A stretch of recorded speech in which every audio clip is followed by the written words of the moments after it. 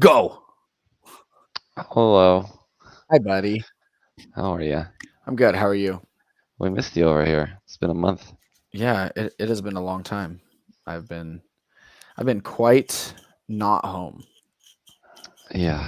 quite busy. Um, Also, for the people who do watch this, you have no idea how funny that was to start that podcast because we've been in the studio for an hour having a meeting. So that Yep. was probably the most staged The- high that we've ever done because It's we've called it's literally called the it's called being fake. yeah, we've literally been talking for like an hour in the studio. We were like, "Hey, we need to have a meeting," and I was like, "Cool, we'll just use the podcast studio for a meeting." So, Yeah. anyways, that made me laugh as soon as we were like, "Oh, hi, hi." Yeah, man. We're back. The podcast is back. It's been a really busy January for Ascend, for sure, and Yeah. myself included in that. Tell us more about it. Well, you've been on the road for about 3 weeks in a row, right? Yeah, so went to Wadapalooza at the second weekend of the month with Kelly Baker and Madison McElhaney, and then had Wyatt out there in intermediate. So did the whole Miami thing, which I'm sure everybody has listened to all the podcasts about how it was rainy and logistics were crazy and all that Isn't stuff. it So always like that? I mean, I've only been to Wadapalooza twice, but my 2 years of going to Wadapalooza is it's kind of a shit show every time. Yeah, it's chaotic. Yeah, it's very chaotic. But I mean, it was fun. Obviously, even more fun with coming back with the win for Kelly and Kelsey and Emily. And so it was fun to help them out a little bit. And Emily's great, Kelsey's awesome. Congratulations. So that was a lot of fun. The unfun part about that was walking around in soaking wet shoes and socks for like 5 hours. So, but Yeah. part of it. Next year, waterproof shoes. I mean, I might just wear like Birkenstocks next year. Screw it. I'll do that, and then next year it'll be nothing but like sunny, and I'll have massive sunburns on my feet. So that would be great. Wonderful. And then after that, traveled out to South Carolina for Fittest of the Coast, which was a lot of fun. Got to coach AJ and Justin out there. First time coaching them in person. Pretty stacked men's pro field for the pairs that weekend. So some good dudes for sure. Um, and then coach Melissa and her partner on the women's pro teams. And they snagged a little third place, Here we go. little third place finish. So her partner, Melissa's partner, was also like 8 months postpartum. Oh wow. Yeah, she's a monster. Yeah, she's really Awesome. impressive. Really, really impressive athlete. And then last weekend, the all of Ascend practically. Everybody who wasn't at Wadapalooza or Fittest of the Coast, basically, um, went out to the Fittest Experience in Austin. So that was a lot of fun. We had over 32, 33 athletes out there on various teams, various divisions. I think we had people in 12 different divisions in total. So that was a lot of fun just being out there. Obviously, more of a local competition out here in Texas. We were able to bring a big kind of contingency out there. How did TFX go for you, Mahmoud? That was great. That was a lot of fun. I was in charge of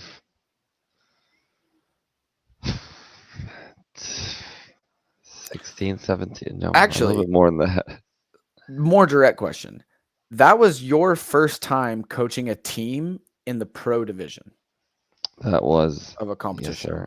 How I was had a that? team of four in the TFX division, sorry, in TFX Pro division, three athletes of which I coach, and one athlete was from, I'm gonna say Dallas. I know it's not Dallas, it's Dallas adjacent. It's CrossFit Azimuth, coached by Coach Justin. So it was a good collaboration between me and him.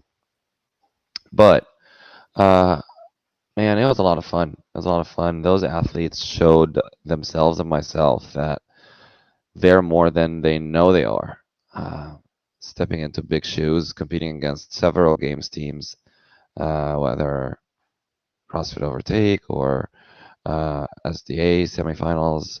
I don't want to forget anybody, but there was multiple Yeah, there's semifinals at some least, good teams semifinals there. I athletes. mean, Yeah, Casey Viator, former Ascend friend of the brand, was on a team out there, and he's been to the games like 3 times on yeah. teams. So So they showed up really well. They had some really high events and some really low events. So right now, and given that they also live in two different cities, the idea is to imagine a team that actually trains together every week or every weekend or whatever. mhm. Oh, cool. Fire Is that alarms are going off. fire alarm? Not mine, but outside. Love that. Uh, yeah. Anyways, So yeah, again, it was cool. It was fun. They ended up in 10th place out of 14. Um, they did some really good stuff for their pro case showdown. So we had second place in pistols and second place in triple unders, I believe so. nice, Um, very nice. and again, That they had really low finishes, but then they came back together and they finished really, really high on Sunday morning, squeezing themselves into the final event, which was pretty cool. that was their first pro competition, right? Too Yeah, and for some of them, it was their second competition period. nice. Yeah, Heck yeah, a little yeah, baptism by fire. yes, sir. I love that. I Uh, love that. yeah, you yourself, you had a few athletes in the pro division. How did that go? Stressful, Mahmood. You know the answer to that. No, so I had 3 ladies in the pro women's field. Addison Latolius, aka Addison Latchele, as I like to say her last name. Are you just getting your ears blown off? I think that is actually. I'm gonna go shut it off. 1 second. Yeah, that's fine. Yeah, so I coached Addison out there. I coached Morgan Hickson, teenage kind of phenom. She was 17 still, and she was in the pro women's division. And then I coached my fiance, Courtney Piketell, who was in the pro division as well. So um, no stress quite like coaching your fiance and then coaching her in the same division at a competition that you have 2 other people competing against her in. So that was a little bit to manage for me out at TFX, but took it in stride and it was a lot of fun. And then I had a couple people in other divisions, intermediate, rookie, RX as well, helped out with some other of our Ascend athletes in intermediate and RX. So it was a lot of fun. Like I was kind of alluding to, we had a really big contingency out there for TFX, and it's kind of like our little Super Bowl as of right now. Um, Still being a smaller brand and out there in Texas. And if you're still listening to this, I finally found the mute button to delete or to mute his audio while he figures out what the hell is going on. So, hopefully Mahmoud's apartment's not on fire. If so, I'm still going to publish this cuz that'll be really interesting. But what we wanted to bleed into and talk about a little bit with this conversation is, we've had a lot of conversations with our athletes after TFX, talking about how the competition went, talking about things to take away, things to think about moving forward, lessons learned, whether they were execution, performance, mental, things of that nature. So Mahmoud and I ended up having this conversation about kind of the long-term approach to training athletes. And this was spurred because um, one of the athletes that I coach is a young lady who just recently turned 18. She was in the intermediate division this year. She was in the scale division last year. She placed higher in intermediate this year than she did in scaled last year. So there's clear improvement being made there. But the conversation basically kind of came down to the different ways in which you need to approach training depending on the time scale that you're working on as an athlete, right? Most of what this is referring to is if you have an athlete that has, they're 18, they want to do this for a long time and they want to be in this for the long haul, then you're going to take a different approach to preparing them for this season and also preparing them for their longer career in CrossFit versus an athlete who is maybe 30 years old and they want to go to semifinals once, before they start a family, or they want to make it to the games once. The approach for those two athletes is going to be a lot different, right? When we're talking about a 18, 19, 20, 21, even 22-year-old, it's like you, as a coach, you have to look at the long-term picture and the long-term kind of where do I want them to go and where can they be in that time frame, even knowing well that they may not be working with you and be your athlete through that entire time. They may not even continue to do CrossFit. So you have to keep those kind of things in mind. He's back. I'm back. Sorry. All right. I have I'm gonna continue my monologue and then I'll kind of fill you in on where I'm at.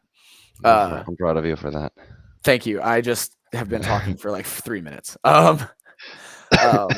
So you're gonna take a different approach with those athletes who are, you know, gonna be in the sport a lot longer, even though they may not be with you the entire time. And you have to take that approach because you don't want to end up putting those athletes at risk for injury. You don't want to end up burning them out and things like that. And that's something that is important to me, especially, and all of our coaches at Ascend. It's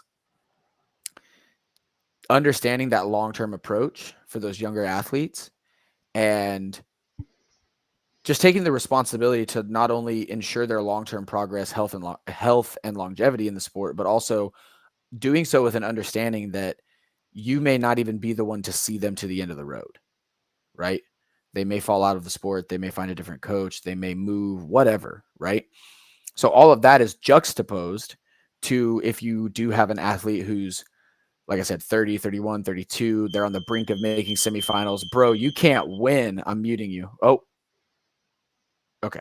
They're on the brink of making semifinals and they're like, you know what, this is my 1 year. Like I'm going to devote a lot of time to this, that, and the other. And like, I really want to do this. We're not as concerned. We're obviously not going to try to injure somebody. We're going to use smart training protocols and things like that. But if an athlete comes to us and they're like, hey, this is my year. This is my 1 year. I'm hanging up the Metcons after this and I'm done. Then we're going to push it because the timetable we're working on is completely different, right? It's completely different. And the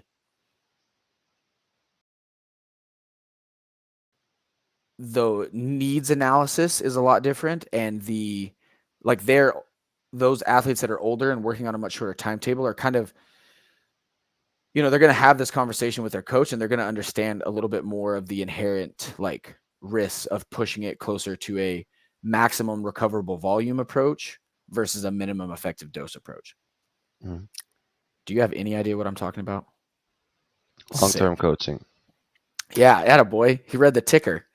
Anyways, I basically gave those two examples of, like a younger 18, 19, 20-year-old athlete, and then, somebody who's a little bit older in the sport, and they're close to reaching their goal, but, they only have so much time to dedicate to this, and just the different approach in terms of how hard you're going to push that athlete, right? Mm-hmm. What are your thoughts on that? What are some things that you see with coaching, maybe good or bad, kind of related to that in terms of long-term coaching, long-term planning, expectations, things like that? Well, the common theme is a lot of people, especially a lot of athletes, more importantly, or more specifically, sorry, the younger athletes sometimes fail to zoom out and see, hey, 4 months away, I couldn't even do a ring muscle up. Now I'm angry because my third ring muscle up looks a little weird. Right.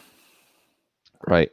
So it doesn't happen overnight. Fitness doesn't happen overnight, and it accrues, it accumulates, all that. Like, especially like TFX was the perfect example this year.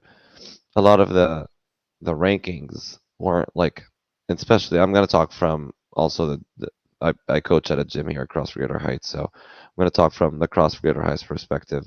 When the gym community looks and sees like, okay, 21st, 10th, stuff like that, they're like, oh, I guess we didn't do that well. No, that's not true. One, you got to see the size of the field, right? This is not the games where you have 30 athletes or 40 athletes, and 21st is already halfway. 21st is still top 25% True. of people who like are all very fit, right? It's not like, okay, this is the open and that's where they got, right? Right. All qualified. Second, if you zoom out a little further, where did you qualify at and how much room of improvement did you make, Hmm. right? If you qualified, I'm going to give an example of one of your athletes, Ryan Barber. Hmm. He got a backfill invitation. Yeah. He He got finished 21st. 21st. Yeah. Another athlete from the gym, Grace Johnson, she got a backfill invitation. She was more than 20 spots out. She Yeah. finished 7th. Yeah. Right. So that's something that people fail to look at. It's not an absolute like, where did I finish? Or, oh, you didn't get podium, then you suck. Right. Yeah, I agree. I think the other thing, and I've had a lot of these conversations with my athletes, is you really, really want to watch out for like recency bias, right? Can you explain on that? You have to look at the tests that you just got asked to, perform in. And then you have to understand and reference that against the training you've been doing. Like any of our athletes, we're not training for TFX. We're training for the open or quarterfinals, and our semifinals and games athletes are on a slow build for that, right? Like, so you have to understand, TFX only had one workout that was over 8 minutes, right? You snatched twice. You did an interval workout. You did one very short workout into a longer, grindier workout, but it was still under it was an 8 minute time cap. Like, and then you had a 2RM shoulder overhead ladder, and then you had one really, really long test.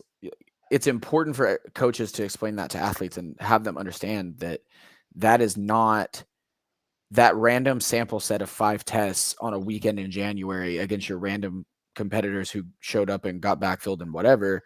That doesn't mean that we need to deviate from what we've been doing to prepare you for the long-term goal and the long-term plan. And it's hard for athletes to not want to do that because they're in the thick and the emotion of competition, right? But when you sit back and look at it, and I had this conversation with one of my athletes this morning, I was like, hey, of any of the TFX workouts, did any of them look like anything we've seen in quarterfinals the last 2 years? No, none of them. So I'm not going to put a premium on these. We took our data points. Okay, we need to get some more work on this. This surprised us, whatever. Maybe you need to get better at moving a chess piece in competition or transitioning a bag. That's all good stuff that we'll work on. But you can't throw the baby out with the bathwater. You have to understand what you just did versus the long-term plan, right? And I agree. to me, it's just an easy way to encapsulate all that is just like recency bias because it's fresh on your mind. I agree. And then I guess the third level that I was going to talk about, zooming out, is where did you finish last year? Oh yeah, Right. yeah. Like a lot of a lot of the athletes, including even like myself, like I didn't qualify for this division last year. Period. Hmm. If I had still got last, that's an improvement, right? Right. Yeah. But you go into the competition, you're blinded by like, oh, okay, I guess I'm in the division where I'm supposed to be. I'm gonna compete against everybody. Yeah, sure. You want to compete, you want to get better, you're gonna do well, but you're competing at the like again. I got a backfill this year. Last year I was scaled. I am competing from the bottom up. I'm competing from the lowest position in the division and trying to make any damage at this point. Hmm. So any good finish is a win. Right. So that's just something that people, especially younger athletes, fail to look at as you get more and more competitions under your belt, especially if you're not like at the games level or at the semifinals and you're more on the local competition scene, you start getting that experience and understanding it better. Hmm. But yeah, Yeah, I agree. I think competitions are great for all of these things that you can pull out and extract and learn from, and your athletes can grow from, and also the athlete coach relationship can grow from going through a little adversity together and things like that. But you have to temper it with realistic expectation and understanding where you're at, where you were, where you're trying to go, and all of those things. And that's the coach's job. Like I don't want my athlete going to a competition and being like, "Yeah, this one, wasn't that great, but it's okay. I'll get them in 5 years." Like I want right. you I want you upset. Like I don't want you too upset, but I want you to feel that emotion because that's a hell of a motivator Yeah, when you go there's back to the gym. there's like objective upset Right. or objectively upset. Right. Like you can be irritated with your performance, you can be upset how the weekend went or whatnot, but you also have to understand, like you have to weigh those things and measure those things appropriately for how much training you do, your life. We had a huge range of athletes at TFX, from people who train at CrossFit Greater Heights, the affiliate. They maybe do a little extra work here and there, all the way to athletes who train 2 times a day and they want to eventually pursue this up to the point of the CrossFit Games. So it's like both of those people have to understand where they're at and where they're trying to go and temper their expectations. Yeah, and So we did have also a range of finishes from 62nd all the way up to first and second. So, yeah, yeah, no, right. it was a good weekend. All right, well, Mr. Mahmoud has got to sign off a little bit early today. Sorry, We're guys. gonna wave him goodbye, and then I'll wrap up the show, and we'll kind of go from there. So everybody say bye to Mahmoud, and I'll see you next week, hopefully. thanks for chatting with me a little bit today, bud. Yes, sir. All All right, right. Have a bye. bye. Um, so longevity for athletes is something that coaches need to keep in mind, and it's something that athletes need to keep in mind. And those conversations that you can have with athletes after a competition are some of the easiest ways to bring in better conversations and understanding of where the athlete feels they are at, where you feel they are at based on the data, and where they're trying to go. Um, So, not to ramble on anymore, you guys already got a like 3-minute monologue of me rambling about this while Mahmoud was trying to make sure his apartment wasn't on fire. Housekeeping stuff. We've got some things in the work coming from Ascend. We're going to have a new apparel drop soon. We're going to have another camp. We are planning, not in the near future, but it will be coming. We're going to put some information out on that soon as well. Um, if you are looking for the best competitive programming out there that is backed by both experience and um, strength and conditioning science, look us up at Ascend Athlete Training on Instagram, or our programs are currently on Fitter, where you can look at one-on-one coaching and our general kind of compete track and our train track. If you like how we do things and you just want to be fit and healthy for life, we have a train track just for you. Prepares you for the open, builds upon your fitness, but is not nearly what we ask of our competitive athletes who are trying to go compete at the highest level in the sport. Um, Appreciate you for all listening and checking us out. And myself and Mr. Mahmoud, who's not here anymore, we'll talk to y'all later. Have a great evening, everybody.